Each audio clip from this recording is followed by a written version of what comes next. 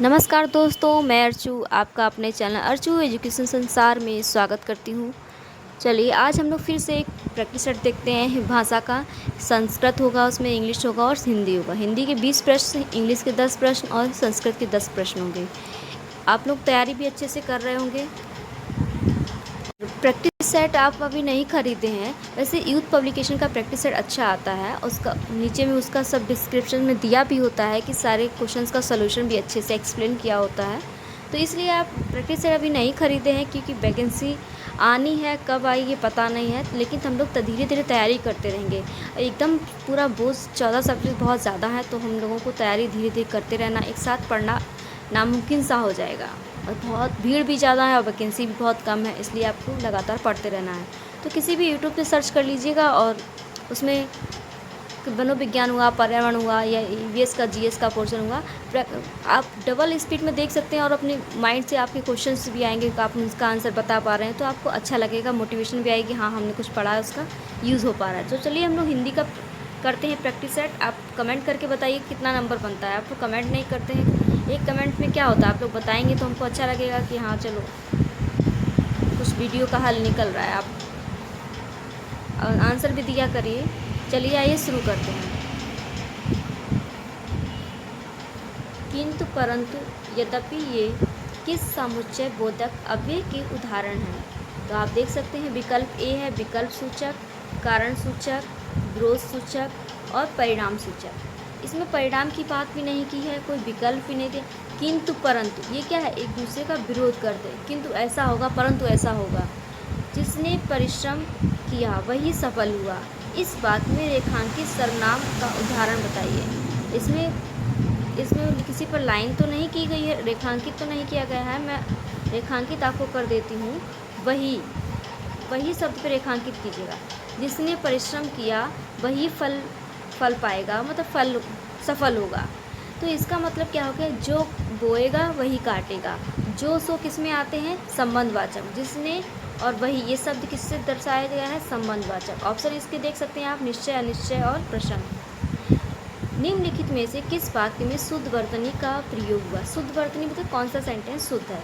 वह अत्यंत प्रसन्न था, वह अत्यंत प्रसन्न था। अत्यंत यहाँ पे देखिए कैसे लिखा है, यहाँ पर कैसे, वह अत्यंत प्रसन्न था, वह अति प्रसन्न था। इसमें कौन सा हो जाएगा, अत्यंत, बी नंबर सही हो जाएगा। वह अत्यंत प्रसन्न था। नील गगन के तले धरा मुस्काई, नील गगन के तले धरा मुस्काई। अब इसमें कौन सा अलंकार, उपमा, मानवीकरण, रूपक, उत्प्रेक्षा। अब नील गगन का मुस्काई, अब नील गगन, धरा जो है नील गगन के नीचे, मतलब आसमान के नीचे धारा जो बह रही है, वो मुस्कुराने लगी। मुस्कुराता कौन है, इंसान, मानव मुस्कुराता है। तो इस धरा कैसे मुस्काई, इसका मतलब हुआ ये मानवीकरण हो जाएगा इसका आंसर। निम्नलिखित में से कौन सा तत्सम तद्भव शब्द का सही युग्म है। नेत्र, आँख, पाद, पैर, उदर, पेट, मुख, मुंह। देख सकते हैं यहाँ पे नेत्र तत्सम पहले बोला गया है, तो हम पहले तत्सम और संस्कृत वाला शब्द देखेंगे। तो मुख, उदर, पाद, ये यहाँ पे नेत्र शब्द संस्कृत का है और आँख शब्द तत्वम में आता है।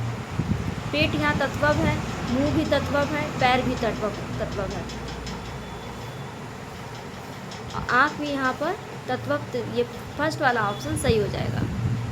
कभी कभी उसमें कुछ ऑप्शन सेम दिए होते हैं, इसलिए कंफ्यूजन हो जाता है उसमें। जैसे ही वह घर पहुँचा बारिश शुरू हो गई। इस वाक्य में अव्यय कौन है। जैसे ही वह घर पहुँचा और बारिश शुरू हो गई। इसको अव्यय शब्द भी बोलते हैं और इसको निपात भी बोलते हैं। निपात शब्द में भी जैसे कि जिस शब्द से कोई सेंटेंस दिया होगा, उसमें कुछ वर्ड शब्द ऐसा होता है जिसपे हम लोग भारी जोर देते हैं। जैसे ही वह घर पहुंचा बारिश, जैसे ही मतलब ही पर जोर दे रहे हैं, तो ही क्या हो गया, निपात शब्द हो गया, ही अव्यय शब्द हो गया। स्वाधीनता शब्द में कौन सा समास है। स्वयं के लिए अधीन हो जाना, मतलब स्वयं अधीन हो जाना, मतलब स्वतंत्रता पाने के लिए लड़ाई करना, ये करना वो करना। तो ये स्वयं के लिए, तो यहाँ पे के लिए वर्ड आ रहा है, तो किस में जाएगा, कर्मधारय में, द्विगु में, बहुब्रीहि में, तत्पुरुष। तो किस में जाएगा, जिसमें कारक चिन्ह दिए होते हैं इसमें तत्पुरुष समास में जाते हैं।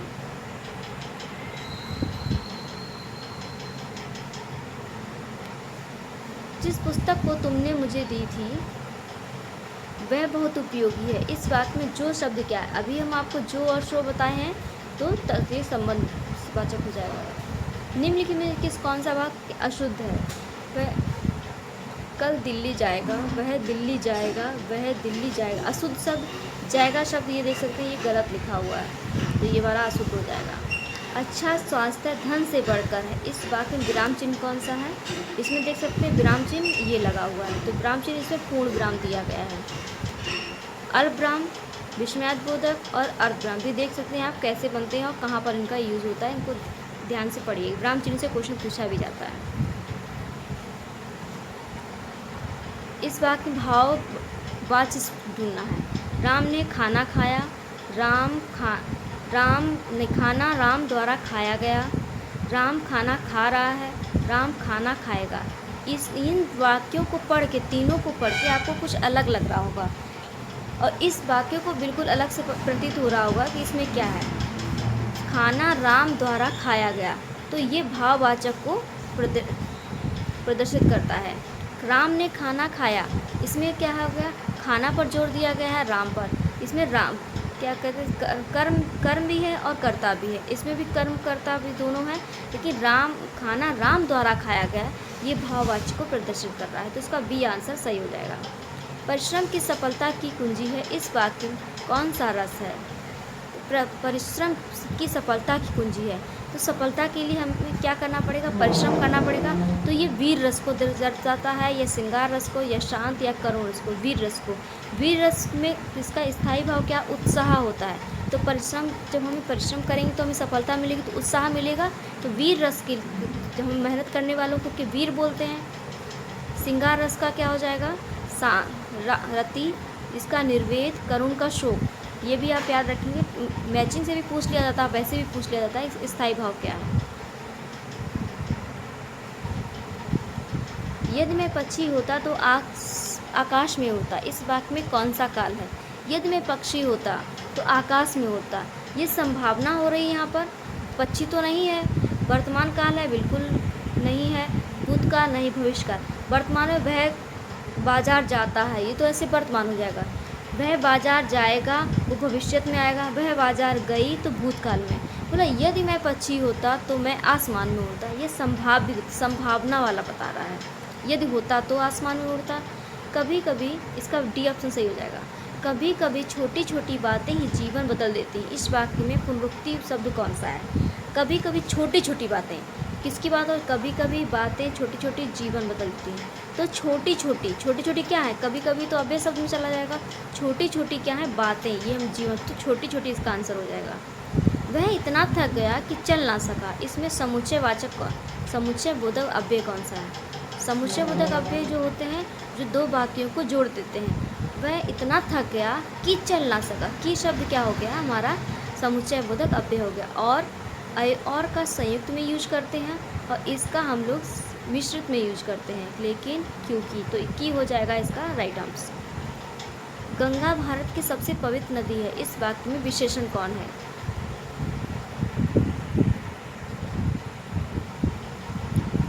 गंगा भारत की पवित्र नदी, इसका विशेषण कौन है?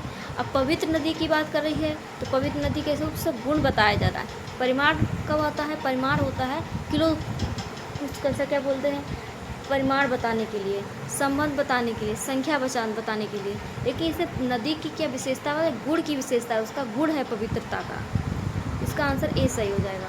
जो श्रम से भागता है वह जीवन में आगे नहीं बढ़ सकता। इस वाक्य का उपवाक्य क्या होगा? उपवाक्य क्या होगा? वह जीवन में आगे नहीं बढ़ सकता।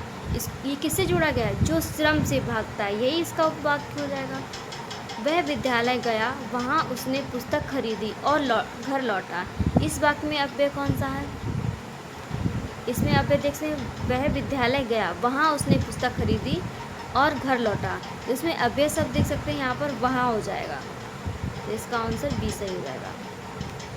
गया शब्द क्या है? गया शब्द हो जाएगा क्रिया, ये चिन्ह हो जाएगा योजक चिन्ह सॉरी कहते हैं, जो सेंटेंस को पूर्ण करता है उसको हम लोग बोलते हैं समुच्चय बोधक चिन्ह, और इसको पुस्तक हो जाएगा हमारा संज्ञा।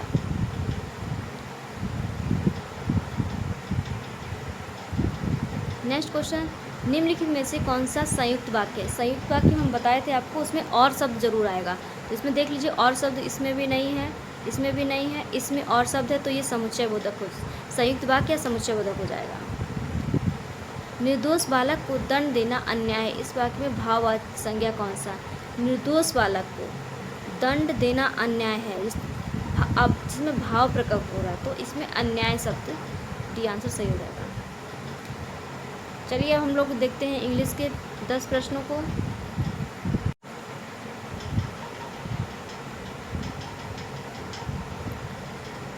Select the most appreciate meaning of the idiom a bolt from the blue, इसका राइट आंसर हो क्या हो जाएगा? इसका राइट आंसर हो जाएगा B. Select the word which is most nearly, opposite शब्द क्या होगा? प्रैग्मेटिक्स का हो जाएगा अपोजिट शब्द इसमें ए, आइडियलिस्टिक। सिलेक्ट का the correctly spelled, spelling correct ढूंढनी है इसमें, तो इसका ए हो जाएगा। Select the option that can be used as a one word ढूंढना है इसमें। A person who loves humidity, जो इसको क्या बोलेंगे? इसको बोलेंगे एक, आंसर इसका हो जाएगा। Fill in the blanks most appreciate option कौन सा होगा? Had I know the truth I you before, इसका क्या हो जाएगा? जब हैड इधर होता है तो वुड में जाता है, तो इसका बी आंसर सही हो जाएगा।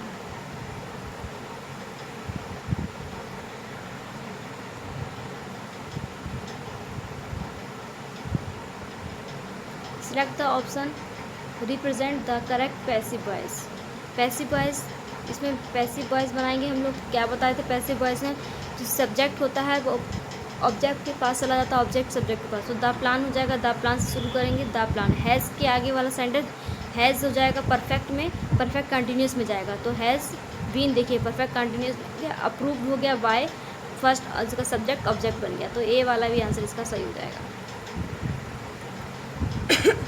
Select the option the convert the direct speech, पहले सी शब्द है, सी हैड है तो हैड, सैड है सॉरी, सैड के साथ अगर टू लगा हो तो टोल्ड में कन्वर्ट हो जाता है, सैड है तो सैड दैट हो जाएगा सीधे। आई को हम लोग सब्जेक्ट के साथ चेंज करते हैं, तो सी के साथ चेंज करेंगे तो सी आ जाएगा। और हैव का हैड फिनिश्ड हर वर्क, माई की जगह पे आई, अभी आई के अनुसार माई यहाँ पर लगा हुआ था, अब हम सी जब सब्जेक्ट बन गया है तो इसका हर हो जाएगा, तो ए आंसर सही हो जाएगा इसका। Select the most appreciate option to fill in the blank, is neither the teacher not the student, ना ही टीचर है ना student, ready for the surprise test, तो इसमें यहाँ स्टूडेंट्स दिया गया है, स्टूडेंट्स प्लूरल शब्द है तो आर का यूज़ हो जाएगा। Select the option that indefinites the error in the given sentence, में एरर दिया गया उसको ठीक करना है। Every one of the books on the table are new, यहाँ पर देख सकते हैं आर लिखा हुआ, टेबल अकेला शब्द है तो आर कैसे, इसका कैसा ए, इसको आर नहीं आएगा यहाँ पर, तो आर शब्द गलत है, इसका डी आंसर सही हो जाएगा, ई जाना चाहिए। Select the most appreciate option to fill in the blank, इसमें देखते हैं it is the high time that we immediate step to control pollution, तो 10 नंबर पे क्या हो जाएगा? इसका आंसर बी है। बी के साथ हम लोग यहाँ पर it is high time that we take to will take या टेकिंग, तो इसका टेक हो जाएगा, आंसर बी है। यहाँ पर इज़ प्रेजेंट का ही सेंटेंस चला है, तो बी के साथ प्लूरल सिंगुलर फॉर्म नहीं आएगी, प्लूरल फॉर टेक आ जाएगा। एस जब यहाँ पे प्लूरल है तो इसमें टेक अकेला आएगा, इसमें आईएनजी वगैरह नहीं लगेगा। तो हम लोग इंग्लिश के 10 प्रश्न कर लिए, अब हम करेंगे संस्कृत के 10। विद्या शब्द का पर्यायवाची नहीं है, न भवती मतलब नहीं है, शिक्षा है, विद्या है, कला और अविद्या, अविद्या इसका हो जाएगा, कला भी एक शिक्षा है, अविद्या इसका आंसर हो जाएगा। 2 नंबर दुख शब्द का विलोम क्या होता है? कलेश, संतोष, सुखम, शोक, क्या हो जाएगा इसका विलोम? दुख का सुख हो जाता है। अधोलिसी का कहा शब्द समास विग्रह, राजपुत्र राजा का पुत्र, राजा का पुत्र का में आता है राजस्व पुत्र, राजा का के लिए राजा का पुत्र आएगा तो राजस्व पुत्र हो जाएगा।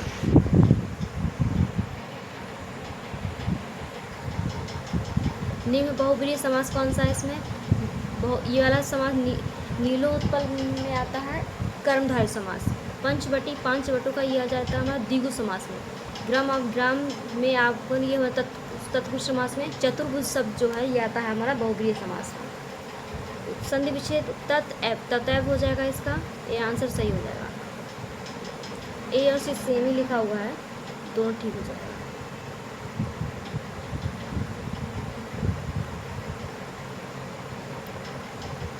बालकश शब्द विभक्ति है। बालके में कौन पुस्तकनी पठन्ति? बालके के लिए हम जानेंगे बालका, बालका, बालकी बहुवचन है। बालके शब्द होता है द्वितीय वचन का बहुवचन होता है, सॉरी तृतीय का बहुवचन होता है, तो इसका आंसर ये हो जाएगा बी नंबर।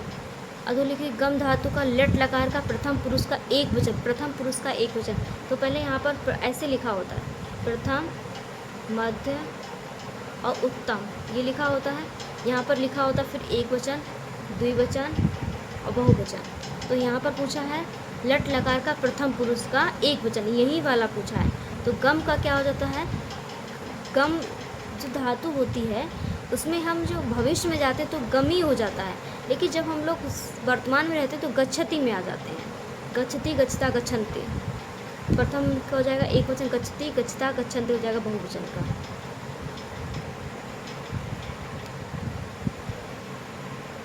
स्त्रीलिंग शब्द कौन सा? निम्नलिखित का शब्द स्त्रीलिंग अस्ति। स्त्रीलिंग कौन सा? छात्र पुल्लिंग है, शिक्षक पुल्लिंग है, फल नपुंसकलिंग में पुल्लिंग में आएगा, नदी हो जाएगा हमारा स्त्रीलिंग। शुद्ध वाक्य ढूंढना है। राम सीता च वनम गच्छति। राम सीता च वनम गच्छ, चा मतलब यहाँ और का है, राम और सीता बन जाते हैं, तो इसका दो लोग जा रहे हैं तो इसका बहुवचन क्रिया होगी तो बनतो हो जाएगा। नेक्स्ट 10 नंबर का प्रश्न देखते हैं। एक श्लोक दिया गया है, उसमें से ढूंढना है। वेदा ददाति विनिमय विन्याद यति पात्रताम पात्रत्व धर्मा धन्मानोति धनात् धर्म ततः सुखम। इसमें श्लोक में विन्याद शब्द क्या है, इसकी विभक्ति कौन सी है, ये पूछा गया है। तो इसकी विभक्ति कौन से विचित्र आ रहा है द, तो इसमें तृतीय विभक्ति एक वचन हो जाएगा। तो हमने संस्कृत का और इंग्लिश सारे प्रश्न हिंदी की कर ली है, प्रैक्टिस सेट कंप्लीट होता है। अब हम लोग कल नेक्स्ट प्रैक्टिस सेट लेके आएंगे, तो कमेंट करके बताइएगा आपको कैसी वीडियो लगी। थैंक यू, जय हिंद।